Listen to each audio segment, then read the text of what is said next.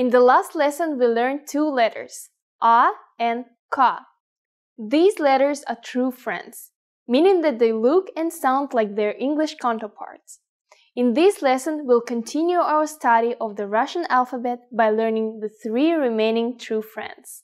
Ready to go? Well then, let's get started. In this lesson, we'll learn these three letters. Because these are true friends, we know that they are going to look and sound like English letters. Our first true friend of the lesson is M. And yep, it makes an M sound. While some Russian letters do change their sound, M is always pronounced this way. Notice how the upper and lowercase printed versions are identical except for the size, unlike the English M. As we mentioned in the last lesson, you will see the print form on menus, packages, and maps, so you better learn to read them. Let's write them now. Remember, we are writing the printed forms just for practice. You won't see the printed forms written like this in Russian. Here's the uppercase.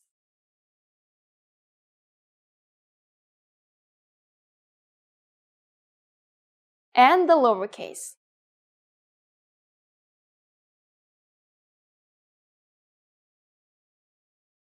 Now that we've seen the printed forms of M, let's take a look at how to write it by hand. The cursive uppercase M looks like this. It's much sharper than the English cursive, but very easy to write. Lowercase m is exactly the same as uppercase, but just a little smaller. Also, when lowercase m comes after another letter, we add a small hook on the left. We'll cover it more when we practice writing some full words. Now we'll write them.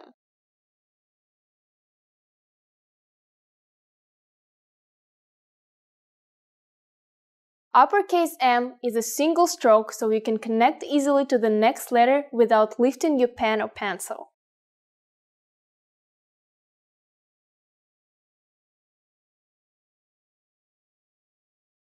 That's all there is to M. Let's move on. The second letter you learn in this lesson is another true friend, O. As you can guess, Russian O is the same as English O, and in printed form it's almost identical. It is usually pronounced as O. Sometimes it sounds like A. In later lessons, I'll tell you more about when and why the pronunciation changes. Here's how to write the printed versions.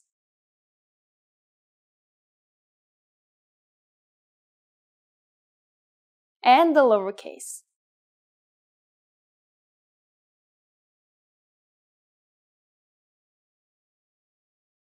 It's cursive time. If you know how to write a cursive O in English, this shouldn't be a problem for you.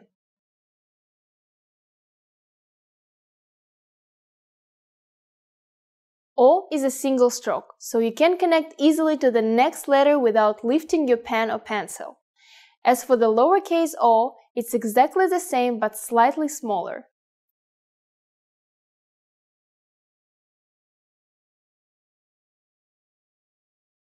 Both the lower and uppercase versions connect to the next letter from the bottom.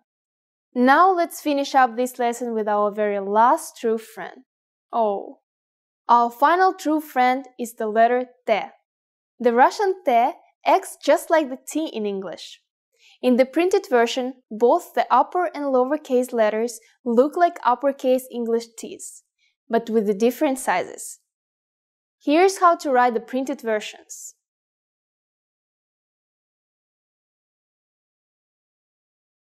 And the lowercase.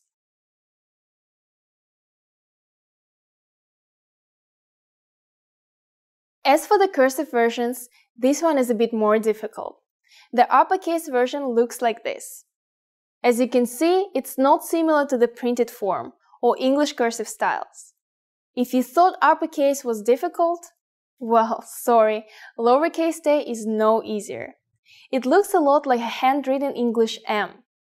If you get confused between the handwritten T and M in Russian, just remember that M is pointy and sharp, like mountains. Once you practice writing these a few times, they won't seem so difficult.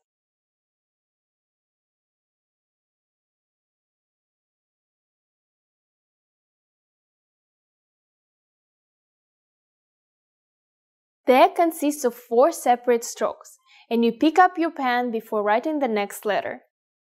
And the lowercase.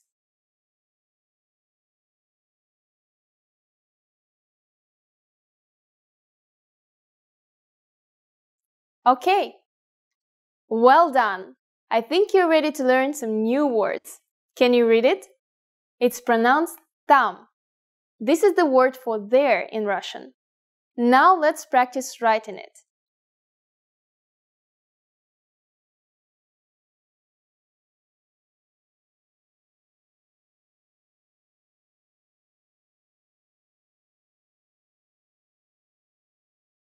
We'll start with the te, move smoothly into the a, and then finish it off with that mountainous m. Remember how I said that m gets a little hook when it follows another letter? Well, here it is. Why do we have it? Many Russian cursive letters look similar, so we have to use a hook before m to show that we are writing a new letter. Getting tired yet? I think you can handle another new word. Can you read it? It's pronounced kto.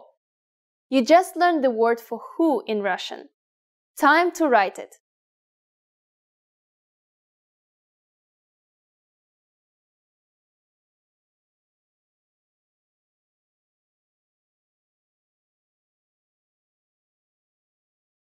Let's start out with a ka, transition to a nice rounded te, and finish it up with o. Let's take it one step further. We are going to combine the last 2 words and write a very useful phrase, kto tam. It means who's there? You can use it when somebody knocks on your door.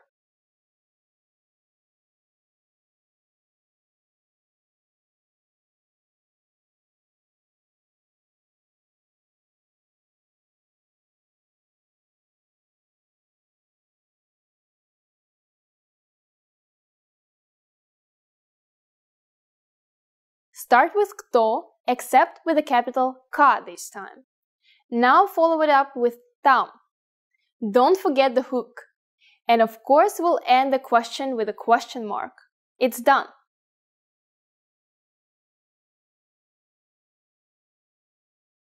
Кто? Кто? Кто? Там. Там. Там. Кто это? Who is this? Кто это? Алло, кто это? Hello, who is this? Алло, кто это? Я никогда там не был. I've never been there. Я никогда там не был. Я там живу. I live there. Я там живу. Алло, кто это? Кто это? Я никогда там не был. Я там живу.